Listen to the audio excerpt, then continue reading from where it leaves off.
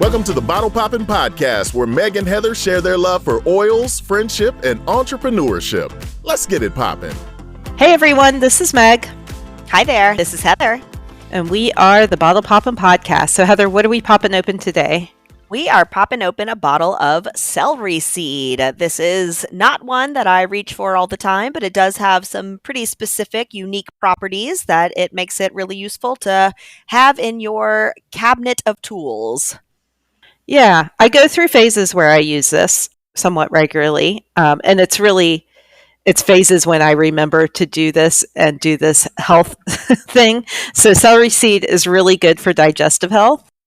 And so is drinking bone broth. And so when I'm really on top of my health, I try to drink a cup of bone broth every day. And a lot of times I'll put a drop of celery seed oil in it, and it complements the flavor. So it's just an added layer of digestive health. But I saw you just tasted it. I did, and I wasn't sure how much it was going to taste the way it smells, and I had not tasted it in a while. It's very strong, herbaceous smell to me. It tastes like celery. I'm actually quite surprised. Yeah. Before we started recording, we were just discussing that if you were going to add this to a recipe, would it be replacing celery or would it be replacing something like celery seed salt? And you had mentioned that obviously celery seed salt has the additional component of salt to it. Mm-hmm. I feel like the bone broth, like you just mentioned, but I'm thinking even, Thanksgiving's coming up here in the US, and I'm thinking even something like, okay, oops, the store doesn't have celery, but we want a little bit of that flavor into the stuffing or dressing or whatever part of the country, you call it. This would be an easy addition. You still got to be careful with the whole drop versus toothpick thing, but I really don't mind the flavor of this at all. It tastes like celery. It totally tastes like celery. I do think, though, from a recipe standpoint, and just even nutrition standpoint, celery is fiber as well, and there's some bulk in it. So I wonder if, part of what makes it work in stuffing or dressing is the bulk of it as well. And so you'd be missing that. I don't disagree with that. So it's an interesting one to taste.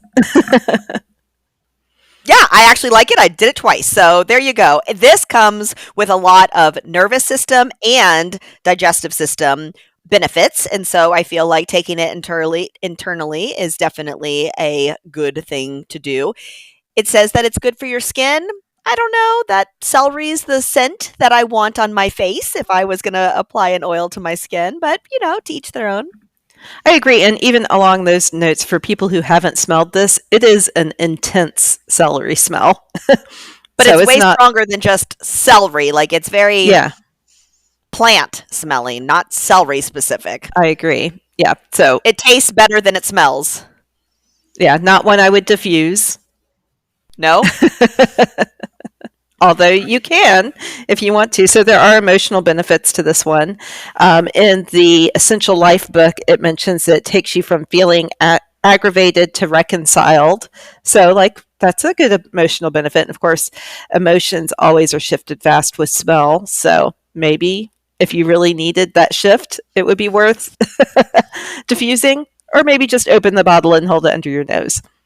Does the shift still occur with the internal use? I've had to I taste it. I did smell it when I was taking it internally. I feel like the internal benefits of this one way outweigh anything aromatic. And so I think I would lean that direction because it does say that it's calming on the body and mind when consumed. So I feel like if you were going to take it internally, you get the nervous system support, the digestive system support, the calming, the cleansing, it says internally and externally. So yeah, I think this is an internal use specific one. It does sit in my kitchen. Ideally, I guess, to add to recipes, but I can't say that I use it that way. I feel like when this one was first released, it had come out that it was good for oral health, and so people were putting it on with their toothpaste when they were brushing their teeth. I know my husband tried that a little bit when we came home. I don't know that celery is the flavor that I want to brush my teeth with, so that was not ever a direction that I went. Yeah. And I definitely remember hearing that too, but I don't see that in any of the reference books. Agreed. Yeah, and it's not on doTERRA's page either, so I'm not sure where we heard that. Again, you get those internal benefits, but I'm not sure if it's specifically for your mouth. Right, right. And this is one that really, if you have a reference book, look it up because it does so many things that we can't say on here.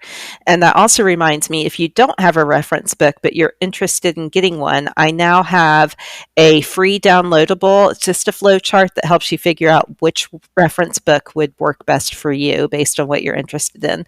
So go check that out as well. It will be in the show notes. All right. Well, anything else on this oil? I think celery seed's good to have around if you are wanting some of its benefits. And so I think it's an easy one to just kind of have sitting on the shelf when you need it. Totally agree. All right. Well, thanks so much for listening. We will have a brand new episode for you next week. Thanks for tuning in. For more information, you can follow these bottle poppin' ladies at bottlepoppinpodcast.com. Tune in next week to learn about what bottle we're poppin'. Until next time, take care. These statements have not been evaluated by the Food and Drug Administration. This podcast is not intended to treat, diagnose, cure, or prevent any disease.